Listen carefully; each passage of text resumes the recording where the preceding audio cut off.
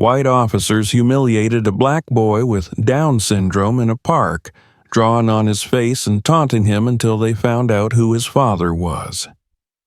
Subscribe to the channel and post in the comments where you're watching this video from.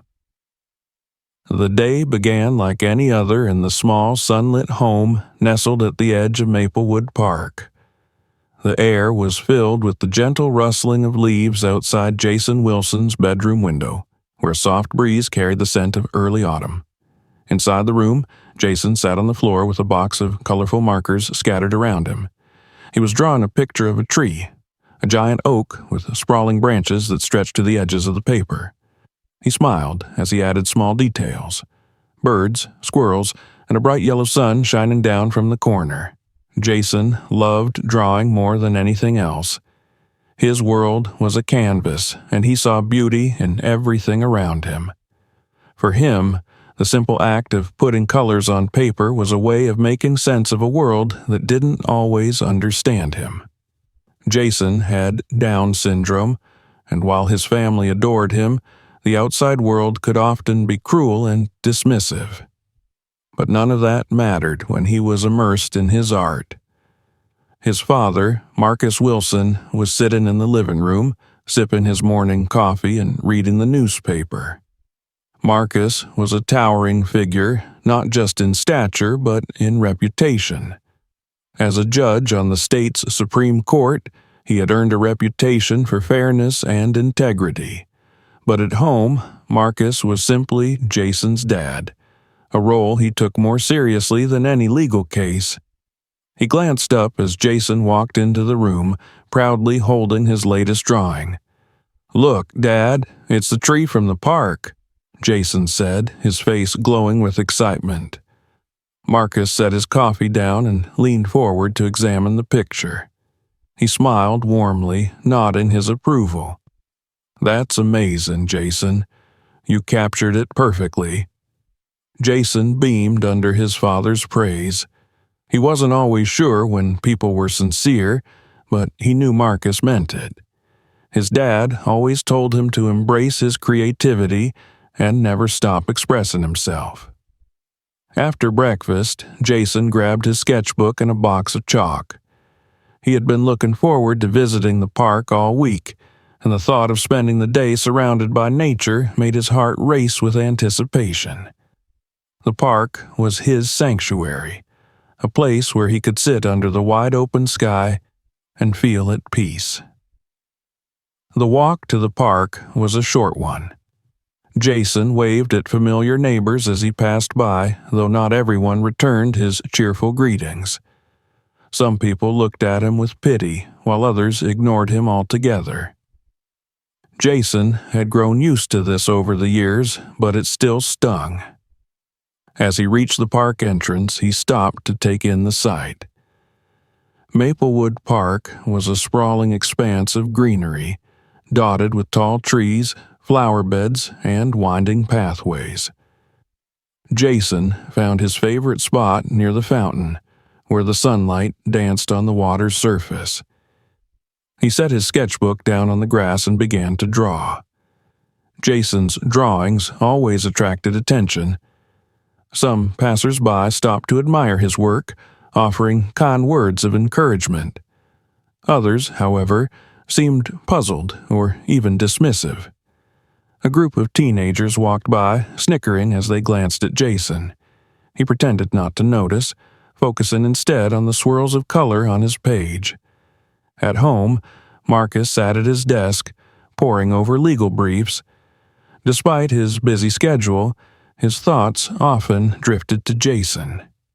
He worried constantly about his son, about how the world treated him and how he would navigate life's challenges. Marcus had fought hard to build a better future for Jason, but he knew he couldn't shield him from everything. The world was a complex and often unforgiving place, and Jason's innocence made him especially vulnerable. Jason's mother, Clara, had passed away years earlier, leaving Marcus to raise their son alone. It had been a difficult adjustment, but their bond had only grown stronger over time.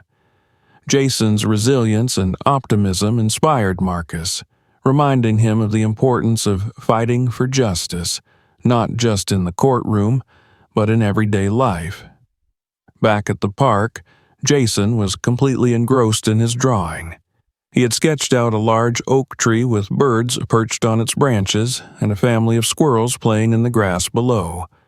He was adding the final touches when a shadow fell across his paper. Looking up, he saw an older man standing over him, frowning. "What are you doing here?" the man asked gruffly. Jason hesitated, unsure how to respond. "I'm drawing," he said softly, holding up his sketchbook. The man snorted. "This isn't a playground, kid. People are trying to enjoy the park, not look at your scribbles." Jason's shoulders slumped. He didn't understand why the man was angry, but he felt a familiar sting of rejection. He quietly gathered his things and moved to another spot, further away from the walking paths. As the sun began to dip lower in the sky, Jason finished his drawing and packed up his supplies. On the way home, he stopped at the corner store to buy a soda. The cashier gave him a tight smile but said nothing as she rang up his purchase. Jason didn't mind. He was used to these small slights.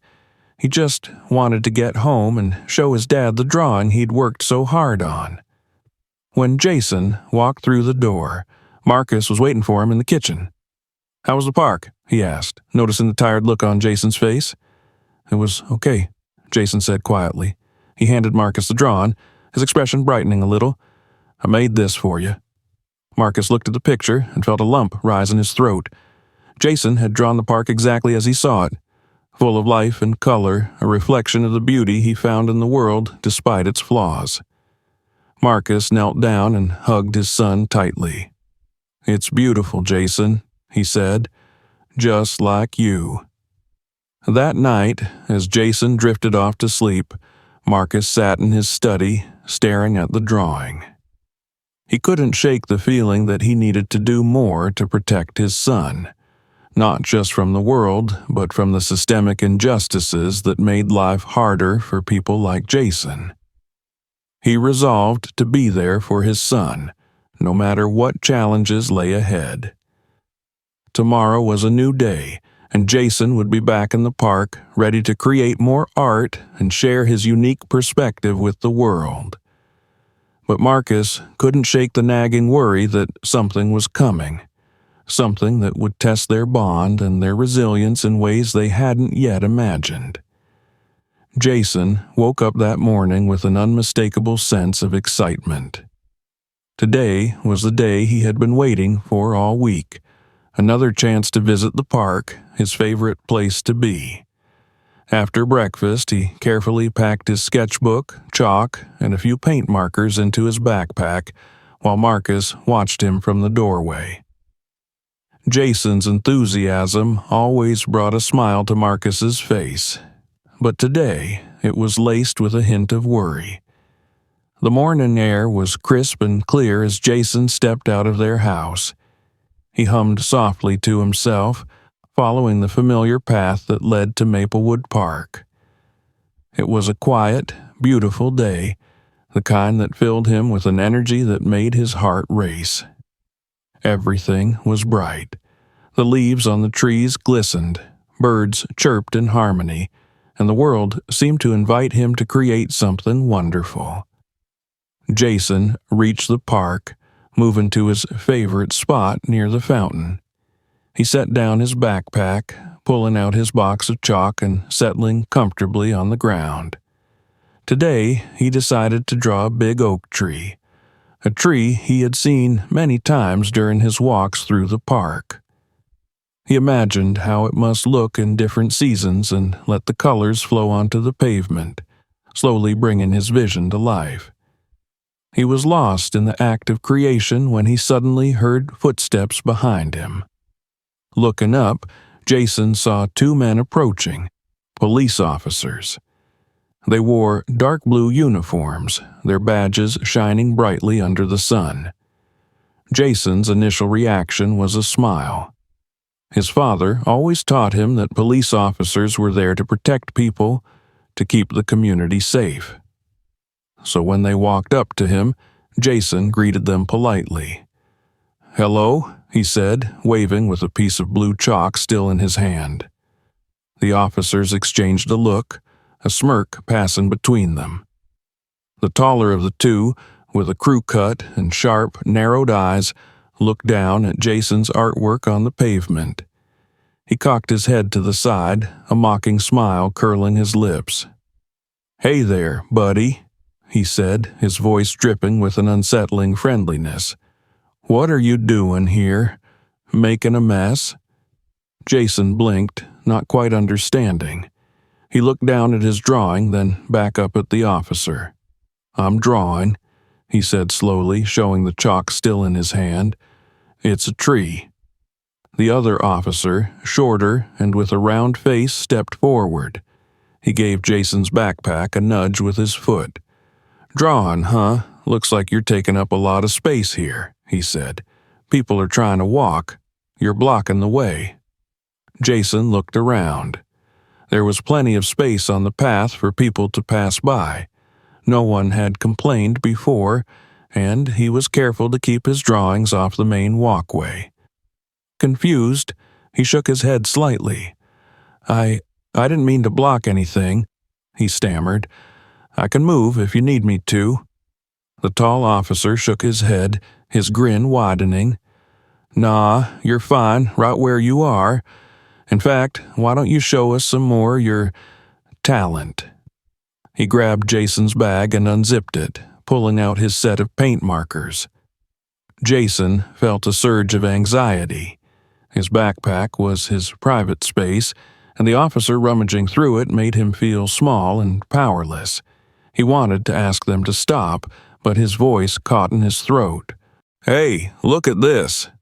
The tall officer held up the markers and waved them in front of Jason's face. "Why don't we use these, huh? You want to show us how good you are at painting people?" Before Jason could answer, the officer knelt down beside him, opening one of the markers and bringing it to Jason's cheek. Jason flinched as the cold tip touched his skin, leaving a thick black line down the side of his face. "There we go," the officer laughed, stepping back to admire his handiwork. "Now you look like a real artist. How about we add a few more colors?" Jason's heart pounded in his chest. He felt tears welling up in his eyes, but he blinked them back. He didn't want to cry.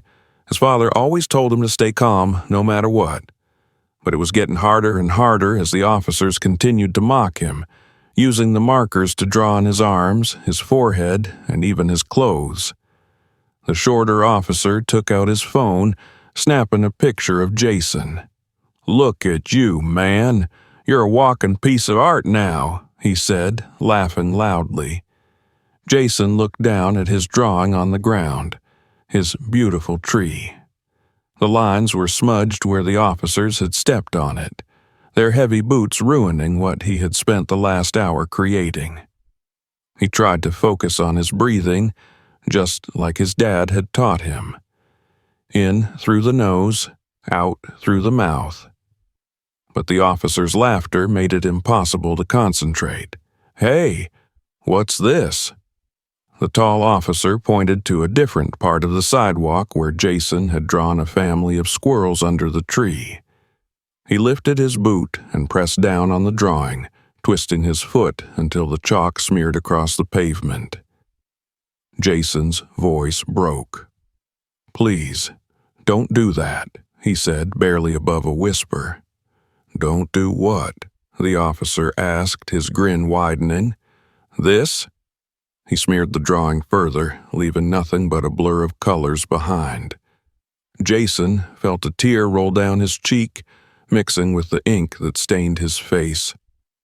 The shorter officer nudged Jason's shoulder with his knee. "Hey, don't cry. You're a big boy, aren't you? Come on, why don't you draw some more? Here." He tossed a piece of chalk in front of Jason. It bounced on the pavement, rolling out of reach. Jason tried to pick up the chalk, his hands trembling. He reached out, but before he could grab it, the officer kicked it away, sending it skittering across the concrete. Jason looked up at them, his heart pounding with a mix of confusion and fear. The tall officer's smile faded, replaced with a look of annoyance. "You know what? I think we've had enough fun for today," he said, grabbing Jason by the arm and pulling him to his feet. "Come on, troublemaker, you're coming with us." Jason's eyes widened in panic. "No, I didn't do anything wrong," he pleaded, his voice cracking. The officer didn't listen. He twisted Jason's arm behind his back and snapped a pair of handcuffs around his wrists. The cold metal bit into Jason's skin, and he winced in pain.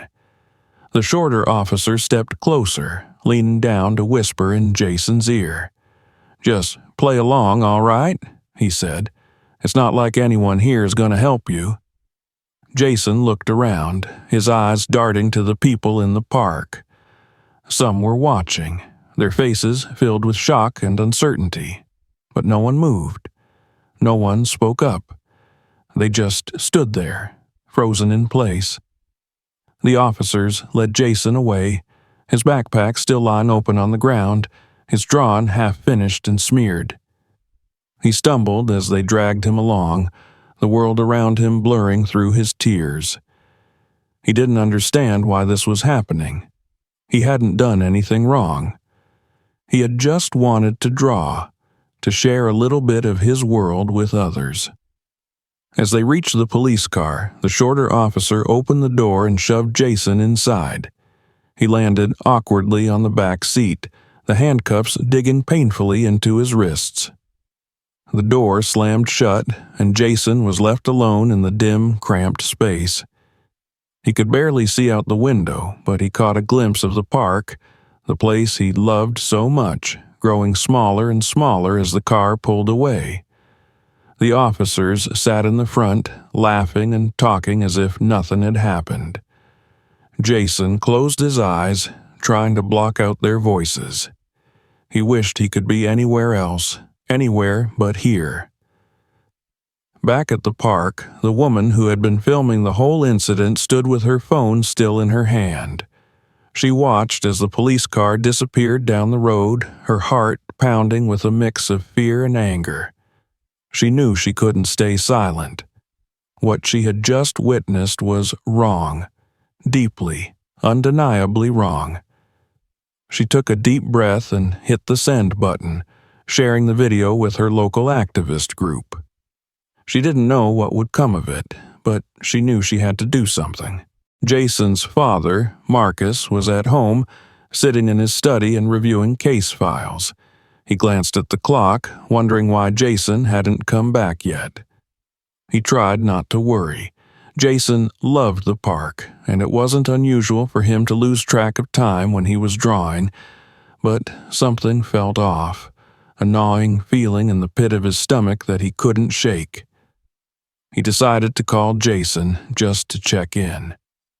He dialed his son's number, waiting for the familiar, cheerful voice to answer. But the phone rang and rang, eventually going to voicemail. Marcus frowned, his worry growing stronger. He stood up, grabbing his keys. He would go to the park himself, just to make sure everything was all right. He had no idea that his son was already far away, sitting in the back of a police car, his world turned upside down for reasons he couldn't begin to understand. The police car rolled down the streets, taking Jason further and further from the safety of the park. Jason sat hunched in the back seat, his wrists aching from the tightness of the handcuffs, his face smeared with ink and tears. The world outside the window seemed like a distant place, where people lived their normal lives, so different from the nightmare unfolding inside the car. The two officers in the front seats continued their conversation, barely acknowledging Jason's presence. They laughed about unrelated things, shared jokes, and played music as if this was just another routine day for them. Jason tried to focus on anything but their voices, but it was impossible to ignore the cold metal of the cuffs and the tightness in his chest. He wanted to go home. He wanted his dad. The car finally pulled up in front of a squat, gray police station. The officers got out, pulling Jason roughly from the back seat. His legs wobbled as he stumbled, trying to keep his balance. The officers led him inside, their hands tight on his shoulders. The fluorescent lights of the station cast a harsh glow, making everything look cold and unfriendly. They brought Jason to a small, bare room at the back of the station. It was empty except for a single metal bench bolted to the floor. The taller officer pushed Jason down onto the bench, his expression one of complete disinterest. "Sit here and stay quiet," he said. "We'll deal with you in a bit." Jason nodded, tears still clinging to his lashes. He was too afraid to speak. He looked around the room. There was nothing comforting or familiar here, just blank walls and the muffled sounds of the police station beyond the door. He felt so alone, so far from everything he knew. Time passed slowly. Jason had no way of knowing how long he had been sitting there, his wrists still bound, his hands growing numb. The fear gnawed at him, growing with each passing minute. He thought about his father. How worried he must be by now. Jason always came home at the same time, and he knew Marcus would be looking for him. He wished his dad would come bursting through the door, his strong presence making everything okay again. But the door remained closed.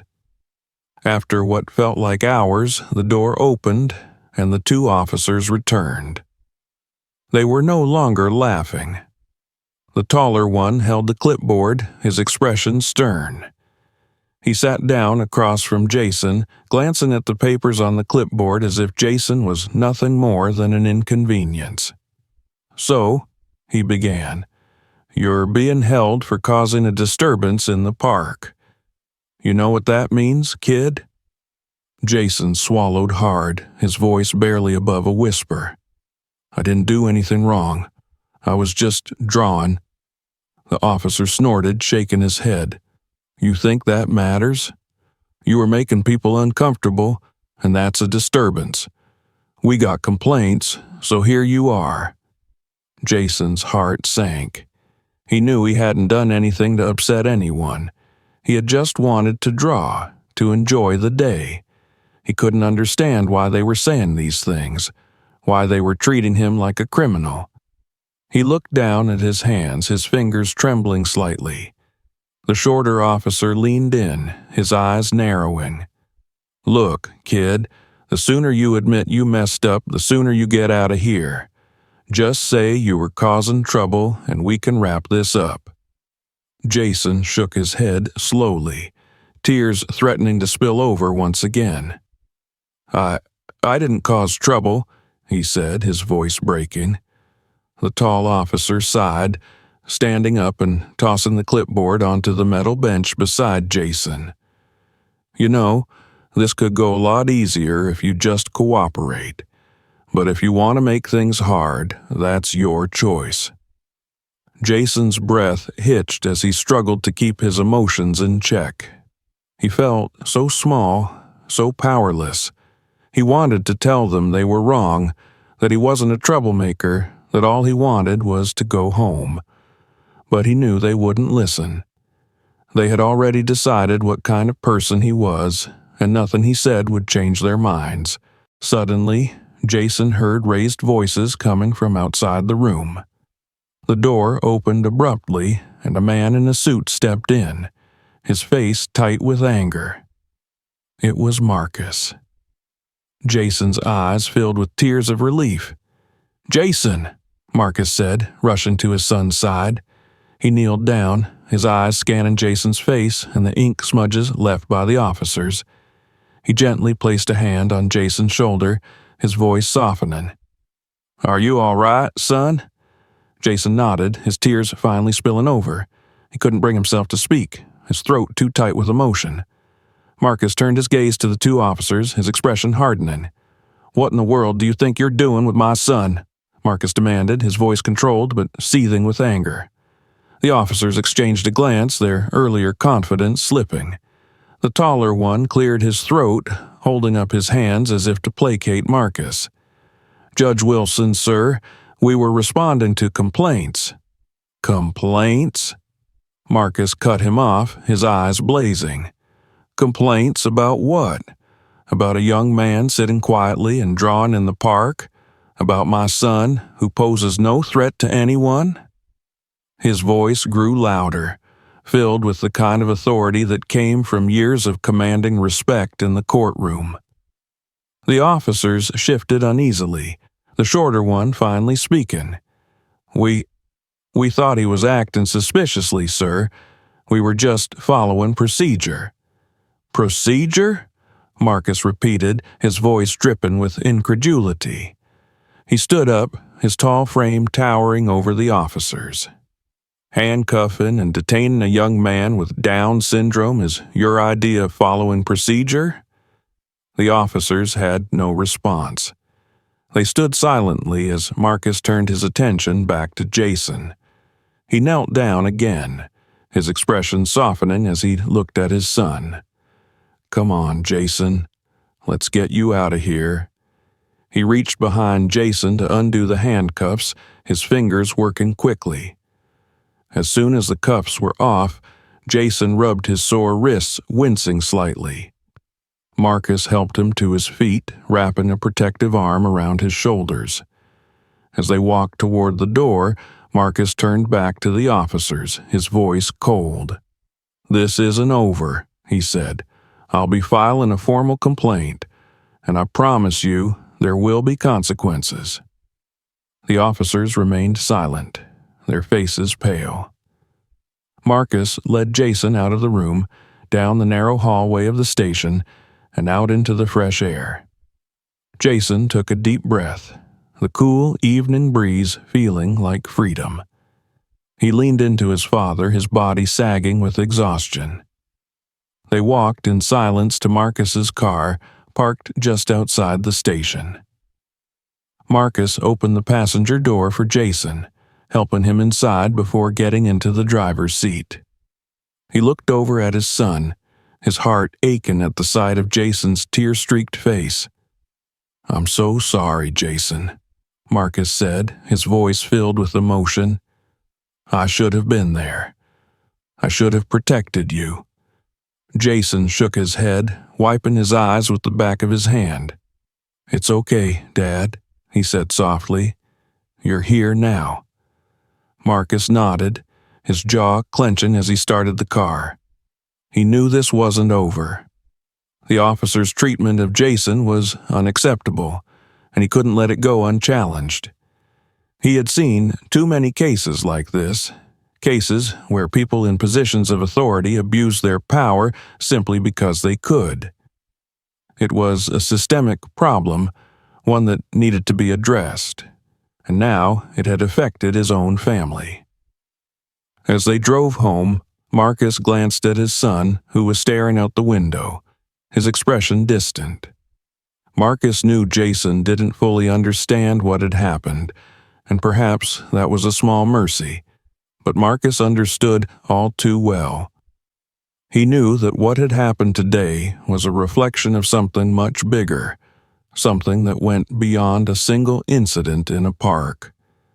When they arrived home, Marcus helped Jason out of the car, his arms still wrapped protectively around him. He led Jason into the house, where he helped him wash the ink from his face and hands. As Jason changed into clean clothes, Marcus sat down at the kitchen table, his mind racing. He knew he had to take action. He couldn't just let this slide, not after what his son had been through. He picked up his phone, calling his close friend and fellow attorney, John. The conversation was brief, but John's response was immediate. He would help in any way he could. After ending the call, Marcus walked over to Jason's room. Jason was sitting on his bed, his sketchbook open in front of him. He was trying to draw again, his fingers still shaky. Marcus sat down beside him, watching as Jason slowly sketched out a new tree. This one smaller, simpler than the one he had started in the park. "You're doing great, Jason," Marcus said gently, his heart swelling with pride. Despite everything that had happened, Jason was still trying, still creating. He was stronger than Marcus could have ever imagined. Jason looked up at his father, a small smile tugging at his lips. "Thanks, Dad," he said quietly. "I just want to finish it." Marcus nodded, his eyes misting with tears. He placed a hand on Jason's shoulder, giving it a reassuring squeeze. "You will, son. You'll finish it. And we're going to make sure that what happened today never happens again." That night, as Jason drifted off to sleep, Marcus stayed up, sitting at his desk in his study. He went over the events of the day in his mind, each moment replaying itself over and over. He knew the road ahead wouldn't be easy. Challenging the system never was. But for Jason, he was willing to fight. He was willing to do whatever it took to make the world a safer place for his son. He picked up his pen and began to write, drafting the complaint that would be the first step toward justice. He wasn't just doing this for Jason. He was doing it for every person who had ever been mistreated, every person who had been made to feel small and powerless. Marcus had dedicated his life to the pursuit of justice, and now, more than ever, that pursuit felt deeply personal.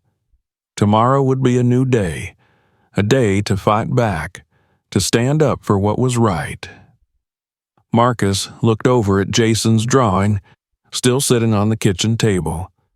It was unfinished, just like their fight. But one day it would be complete, and Marcus would make sure of it. The morning sun crept over the horizon, casting a pale glow through the curtains of Marcus's study. He had spent the entire night writing, his pen scratching against the paper, his thoughts racing faster than he could put them down.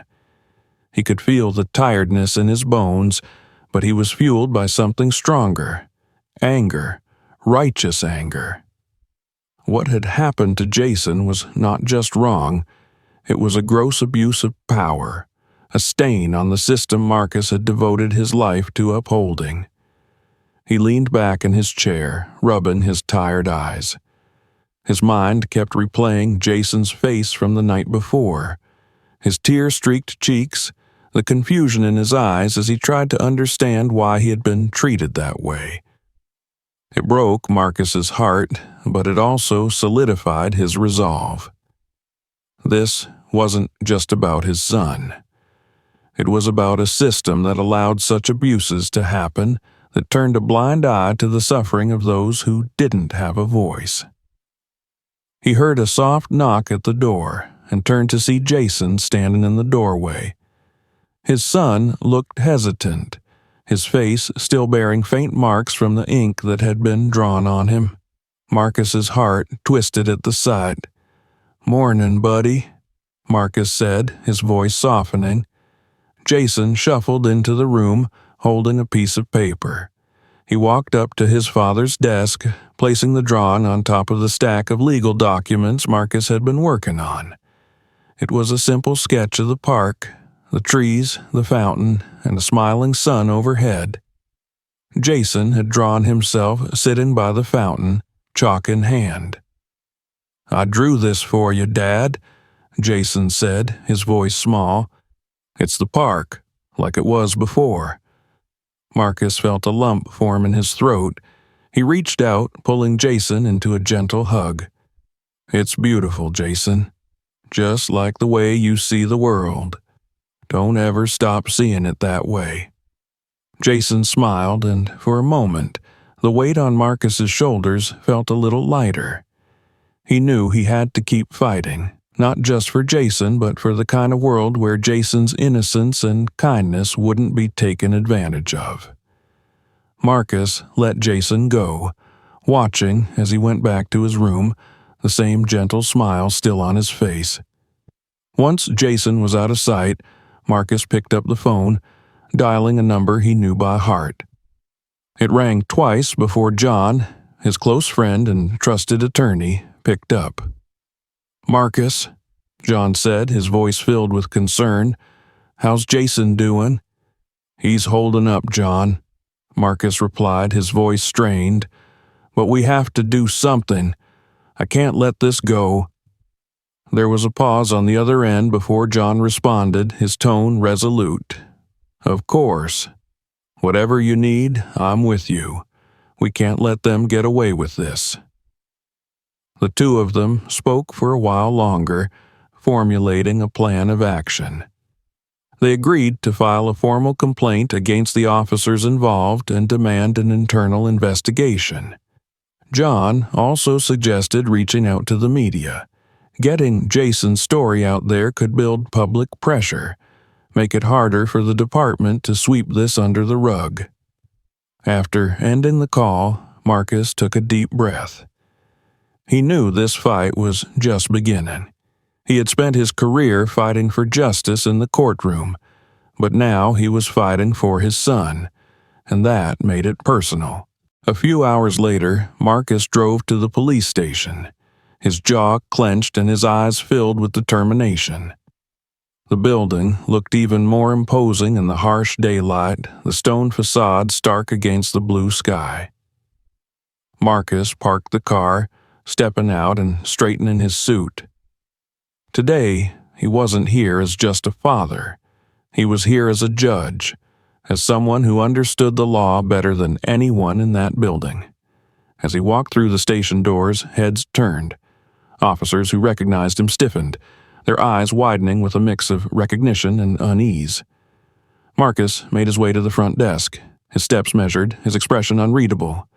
The young officer at the desk glanced up, her eyes widening slightly as she realized who was standing in front of her. "Judge Wilson," she said, her voice betraying her nervousness. "How can I help you today?" Marcus's eyes were cold as he met her gaze. "I need to speak to your superior. Now." The officer nodded quickly, picking up the phone and speaking in a hushed tone. Within moments, a door opened, and a middle-aged man in a crisp uniform appeared. His face tightened as he saw Marcus standing there. "Judge Wilson," the man said, forcing a smile. "I wasn't expecting you today." "Chief Reynolds," Marcus said, his tone polite but laced with steel. "We need to talk. Now." Reynolds nodded, motioning for Marcus to follow him into his office. The room was small, cluttered with files and papers, a faint scent of stale coffee lingering in the air. Marcus closed the door behind him, his eyes never leaving Reynolds. "Take a seat," Reynolds offered, gesturing to a chair. Marcus shook his head. "I'm not here for pleasantries, Chief," Marcus said, his voice cold. "I'm here because 2 of your officers detained my son yesterday under false pretenses. They humiliated him, drew on his face, and treated him like a criminal, all for sitting in a park and drawing. I want to know what you intend to do about it." Reynolds's face paled slightly. He cleared his throat, trying to maintain his composure. "Judge Wilson, I assure you, we take these matters very seriously. If there was any misconduct—" "If?" Marcus's voice was sharp, cutting through Reynolds's words. "There's no if here, Chief. I have witnesses. I have video evidence. Your officers abuse their power, and I will not rest until they are held accountable." Reynolds swallowed, his eyes darting to the papers on his desk. "I understand your concern, Judge Wilson. We can conduct an internal review." "No," Marcus interrupted, his voice low and filled with restrained fury. "This is beyond an internal review. I want an independent investigation, and I want those officers suspended immediately, pending the outcome." Reynolds opened his mouth as if to protest, but one look at Marcus's face stopped him. He nodded slowly. "I'll see what I can do," he said, his voice barely a whisper. Marcus stared at him for a long moment, then nodded curtly. "Good. And, Chief?" If I find out that any part of this is being covered up or delayed, I will take this higher. I promise you that." With that, Marcus turned and left the office, his footsteps echoing through the station as he walked out. He could feel the eyes of the officers on him, their curiosity and unease palpable. He ignored them, his focus singular. He had taken the first step, but there was still a long way to go. Back at home, Jason was sitting at the kitchen table, his sketchbook open in front of him. He was trying to draw another tree, but his hands still felt shaky. The events of the previous day were a blur in his mind, a mix of fear and confusion that he couldn't quite piece together. He just wanted things to go back to the way they were before, to the days when he could sit in the park without worrying about anything. Marcus walked into the kitchen, his expression softening as he saw his son. He pulled out a chair and sat down beside Jason, watching as his son's fingers moved slowly across the page, sketching the outline of a tree trunk. "Hey, Jason," Marcus said gently. "How are you feeling today?" Jason looked up, his eyes tired. "I'm okay, Dad," he said. He paused, then added, "Are they going to let me go back to the park?" Marcus's heart twisted at the question. He reached out, placing a hand on Jason's shoulder. "Yes, son. You'll go back. I promise you that. And no one will ever bother you like that again." Jason nodded, his gaze returning to his sketchbook. Marcus watched him for a moment, then spoke again, his voice filled with determination. "I went to the police station today, Jason. I talked to the chief. We're going to make sure those officers are punished for what they did. They won't get away with it." Jason looked up again, his eyes wide. "Really, Dad?" "Really," Marcus said, his voice firm. "No one has the right to treat you that way. Not now, not ever, and I'm going to make sure they understand that." Jason smiled, a small, hesitant smile, but a smile nonetheless. Marcus felt a surge of emotion, a mix of pride and love for his son. Despite everything, Jason still found it in himself to smile, to keep going. It was a kind of strength that Marcus admired deeply. The rest of the day passed slowly. Marcus made more calls, first to John, then to a few trusted journalists he knew would handle Jason's story with care. He wanted to make sure that what had happened would be seen by as many people as possible. He wanted the community to know what kind of people were being given authority, and he wanted the pressure to be enough that the police department couldn't ignore it. That evening, Marcus and Jason sat together on the couch, watching a movie. Marcus kept glancing over at his son, who seemed more relaxed than he had in the past 24 hours. Jason laughed at a joke in the movie, the sound light and genuine, and Marcus felt a sense of hope swell within him. Maybe, just maybe, things would be all right. As the credits rolled, Jason turned to his father, his eyes filled with curiosity. "What's going to happen now, Dad?" Marcus paused, choosing his words carefully. "Now, we fight, Jason. We fight to make sure this doesn't happen to anyone else. And we make sure those officers are held accountable." Jason nodded slowly. "I want to help." Marcus smiled, reaching over to ruffle his son's hair. "You already are, buddy, just by being you." Jason leaned against his father, and Marcus put an arm around him, pulling him close. They sat like that for a while, the house quiet around them, the only sound the soft hum of the television in the background. Marcus knew the road ahead would be difficult. He knew the system he was fighting, its intricacies, its resistance to change. He had spent his entire career within that system, working to uphold the law, to ensure justice. But now, more than ever, he understood that justice wasn't just about laws and courts. It was about people. It was about making sure that those who had no voice were heard, that those who were vulnerable were protected. And as long as he had breath in his body, Marcus Wilson would fight for his son, for Jason, and for every person like him who deserved to live without fear, without prejudice. He would use every tool at his disposal, every connection, every ounce of influence he had to make things right. Because that was what Jason deserved. And Marcus would do whatever it took to make sure he got it. The next morning, Marcus woke up to the sound of his phone buzzing incessantly. He rubbed his eyes, groggy from another night of restless sleep, and glanced at the screen. There were dozens of notifications, emails, messages, missed calls. The name at the top of the list was John. Marcus sat up, his heart pounding.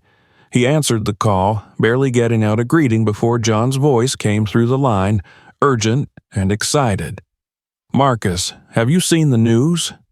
"No," Marcus said, swinging his legs over the side of the bed.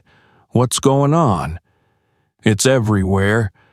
The video of what happened to Jason. It's gone viral."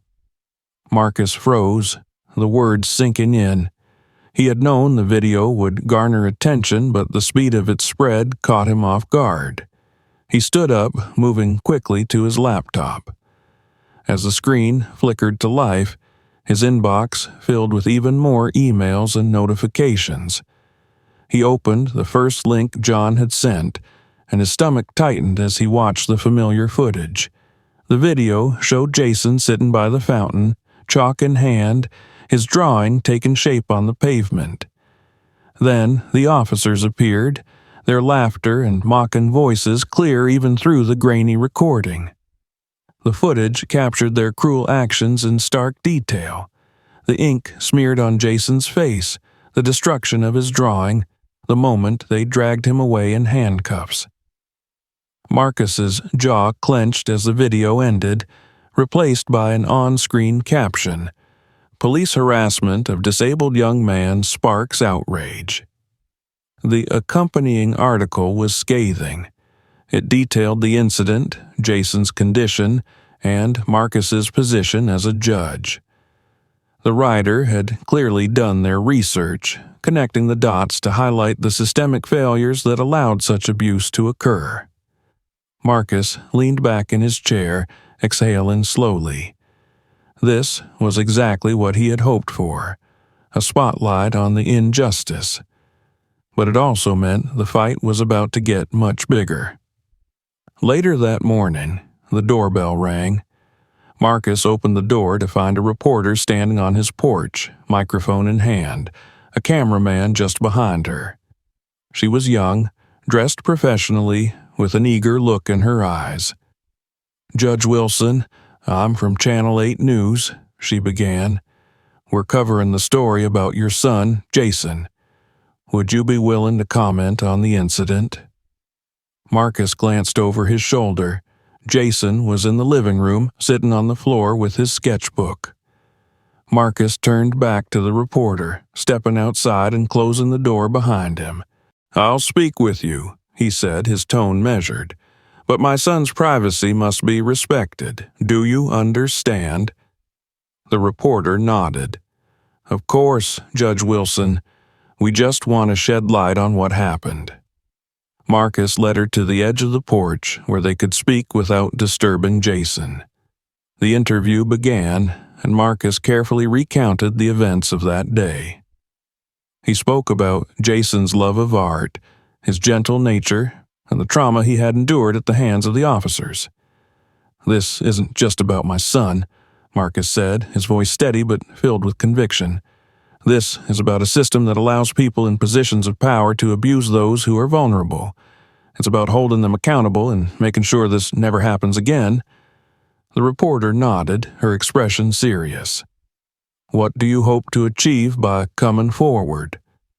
Marcus's jaw tightened. "I want justice. For Jason and for every person who has been treated unfairly because of their race, their disability, or any other factor that makes them different. And I won't stop until we get it. By the afternoon, the story had gained even more traction. National outlets picked it up, and social media exploded with hashtags like #Justice for Jason and #End Police Abuse. People shared their own experiences of discrimination, turning the story into a broader movement.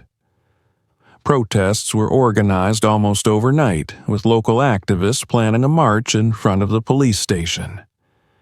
Jason, however, remained blissfully unaware of the growing chaos outside. He was focused on his latest drawing, a picture of a forest filled with animals.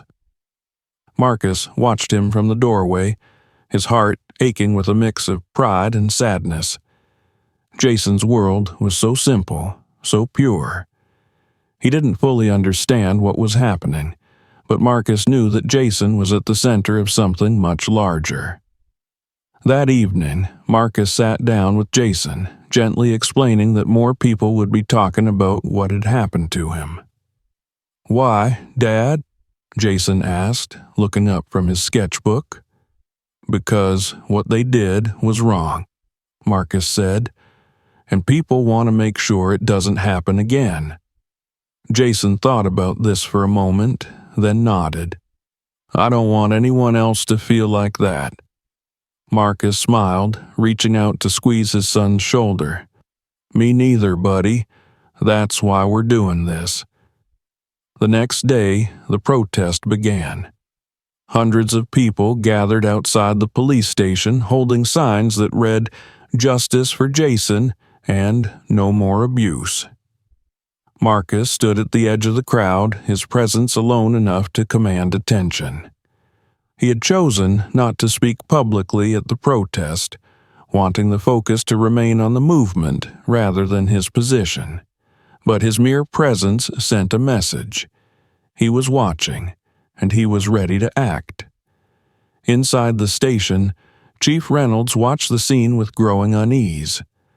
The pressure was mounting, and he knew the department couldn't ignore it any longer. He called a meeting with the officers involved, their expressions turning grim as he laid out the situation. "This has gone far beyond what we can contain," Reynolds said, his voice low. "You're both being suspended, effective immediately, pending the outcome of an independent investigation." The taller officer bristled, his jaw tightening. "You're just giving in to public pressure." Reynolds's eyes narrowed. "I'm protecting this department from further disgrace, and frankly, you brought this on yourselves." Back at home, Marcus received the news of the suspensions with a mix of relief and determination. It was a step in the right direction, but it wasn't enough. He knew the investigation would be slow, and the outcome wasn't guaranteed. That's why he and John continued to gather evidence, preparing for the possibility of a civil suit. Jason, meanwhile, seemed lighter in spirit. He had started drawing more again, his confidence slowly returning. Marcus watched him one evening, marveling at his resilience. Despite everything, Jason remained kind, hopeful, and full of wonder. It was a reminder of why Marcus had to keep fighting, not just for Jason, but for everyone who deserved a world as pure as the one Jason saw through his art. The fight was far from over, but Marcus knew they were on the right path. The voices of the community were growing louder, the calls for justice impossible to ignore. And as long as there was breath in his body, Marcus would make sure that those calls were answered. The courthouse was a towering structure of stone and glass, imposing and unyielding, much like the system it represented. Today, it would serve as the battleground for one of the most important fights of Marcus Wilson's career, not as a judge, but as a father. He stood outside the courthouse steps early that morning, his suit pressed, his expression composed.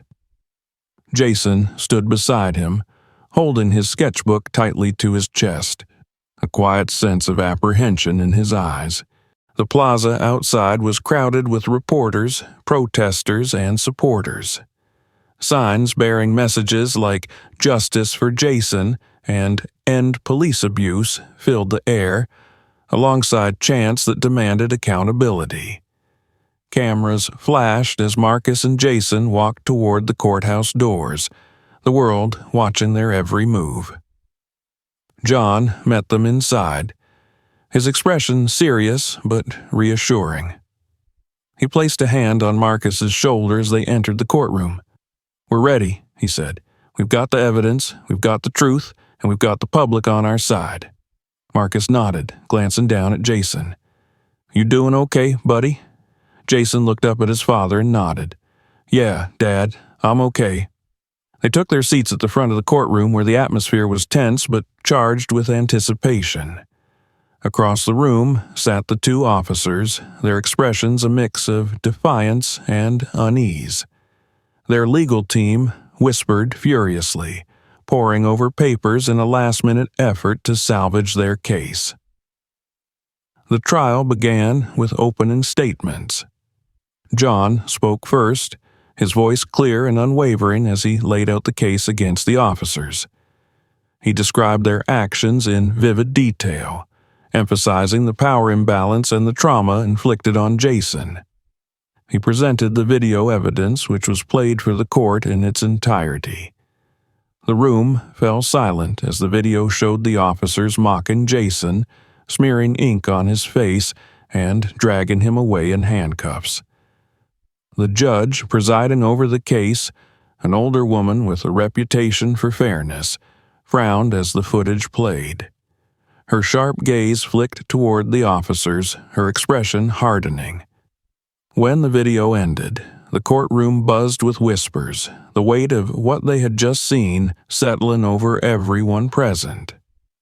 The defense attorney stood next, attempting to frame the officers' actions as misunderstandings and misjudgments. He argued that they had been responding to complaints from the public, and that their behavior, while regrettable, did not amount to intentional abuse. His words, however, rang hollow in the face of the evidence. The trial progressed with witness testimonies. The woman who had filmed the incident was the first to take the stand. She spoke with conviction, describing what she had seen that day and the fear she had felt for Jason. "I knew it wasn't right," she said, her voice steady. "I recorded it because I thought no one would believe it otherwise." Her testimony was followed by statements from other parkgoers who had witnessed the incident. Each account painted a clear picture of the officer's cruelty and abuse of power. Then it was Jason's turn to testify. Marcus had been unsure about having his son take the stand, worried about the pressure it might put on him.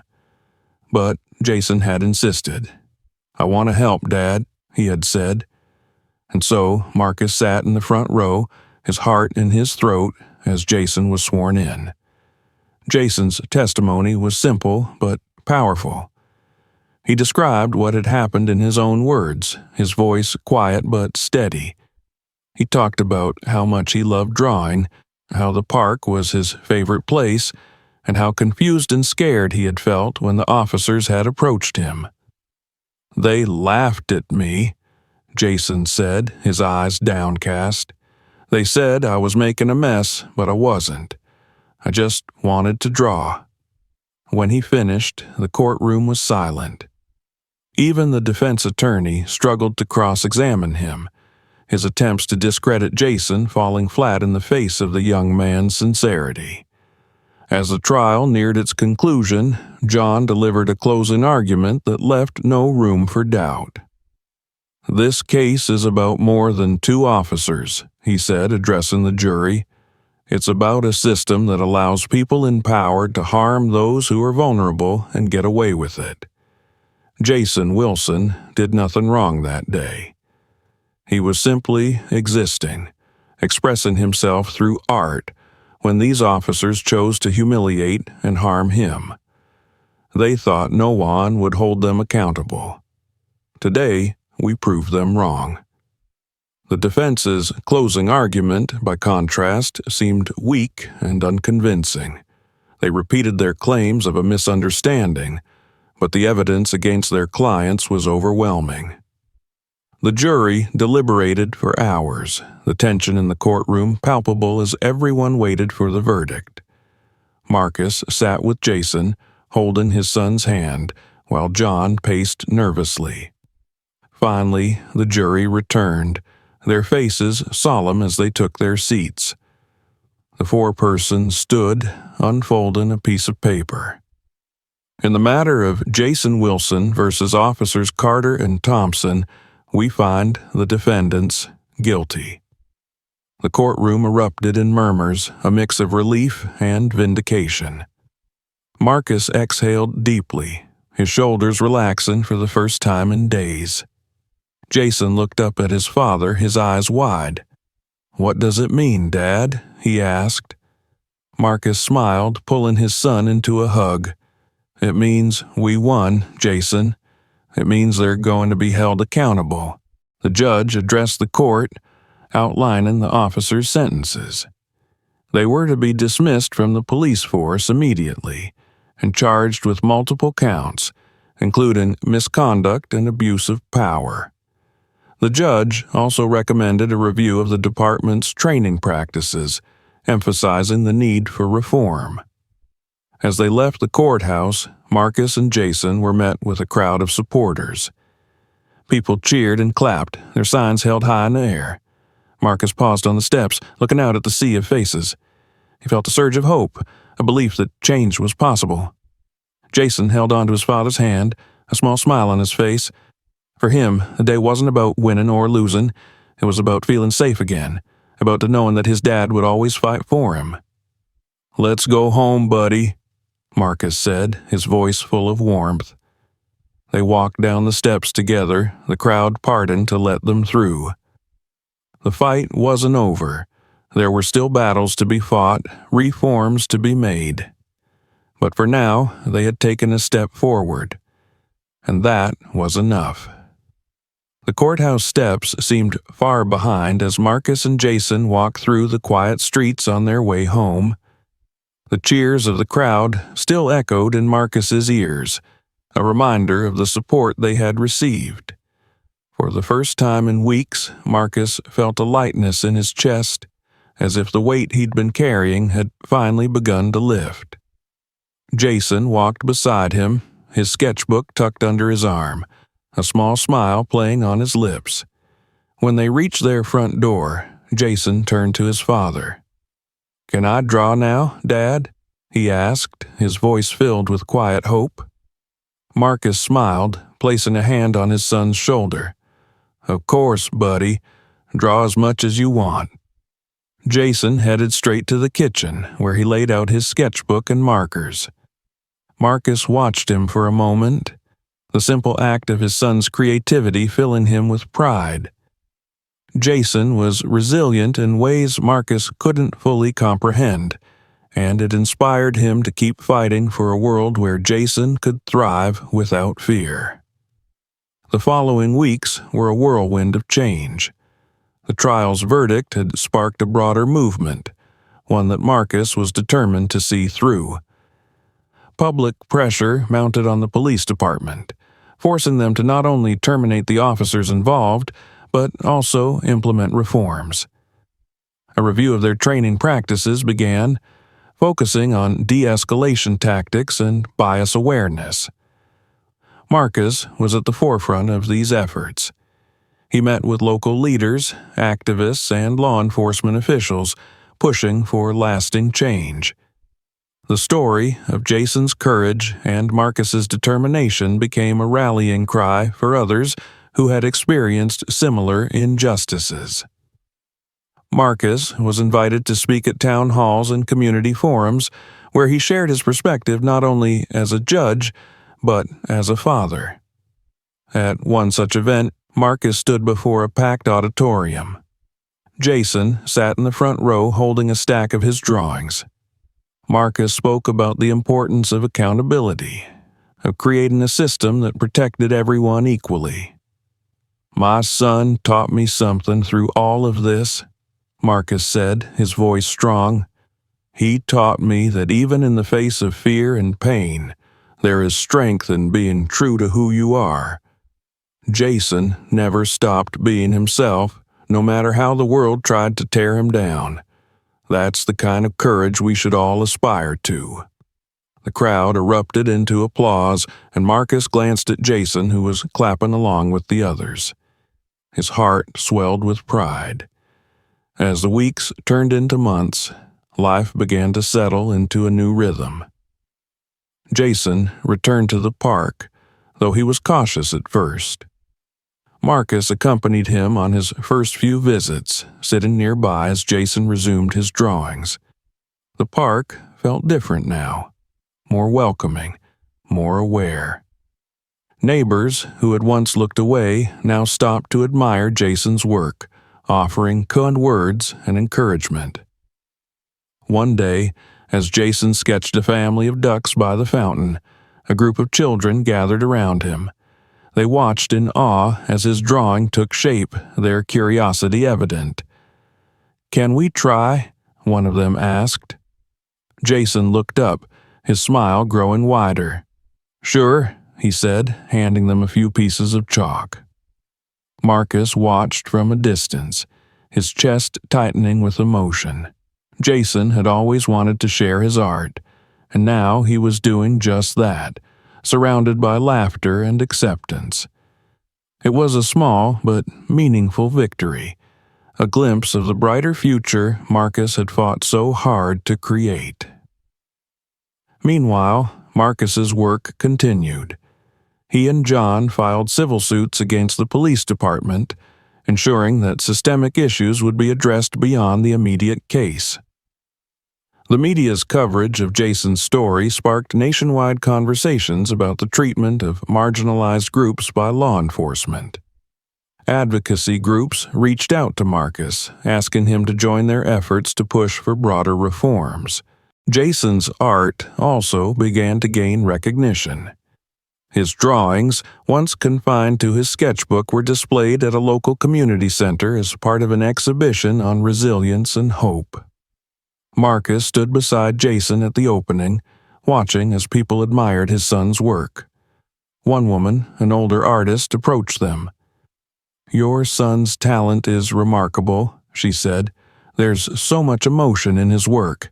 It's inspiring." Jason beamed, his confidence growing with each kind word. Marcus placed a hand on his shoulder, his pride immeasurable. The transformation in Jason's life was evident. He became more confident, more eager to share his perspective with the world. His sketchbook was always with him, a symbol of his creativity and strength. Marcus marveled at how his son had turned pain into beauty, how he had refused to let the cruelty of others dim his light. One evening, as they sat together in the living room, Jason handed Marcus a drawing. It was a picture of their family. Jason, his father, and his late mother, all standing together under a tree. The tree's branches were wide and strong, its leaves vibrant with color. "It's for you, Dad," Jason said, "because you make everything better." Marcus felt tears prick at his eyes. He pulled Jason into a hug, holding him tightly. "Thank you, Jason. You make everything better, too." In the end, the fight for justice was not just about changing laws or holding people accountable. It was about creating a world where people like Jason could live without fear, where their uniqueness was celebrated rather than dismissed. Marcus knew the road ahead would still be difficult, but he also knew they were moving in the right direction. As Jason's drawings continued to brighten the world around him, Marcus found hope in his son's resilience. Together, they were shaping a future built on compassion, understanding, and justice. A future where Jason's art could flourish, unburdened by prejudice, and where every person, regardless of their differences, could stand tall under the shade of a tree as strong as the one Jason had drawn. Thank you for watching. If you found this story meaningful, don't forget to like, share, and comment below. Your support helps these stories reach more people. Make sure to subscribe and turn on the notifications so you don't miss our next video. Explore more inspiring and thought-provoking stories on our channel. Share this video with someone who needs to hear it, and we'll see you in the next one.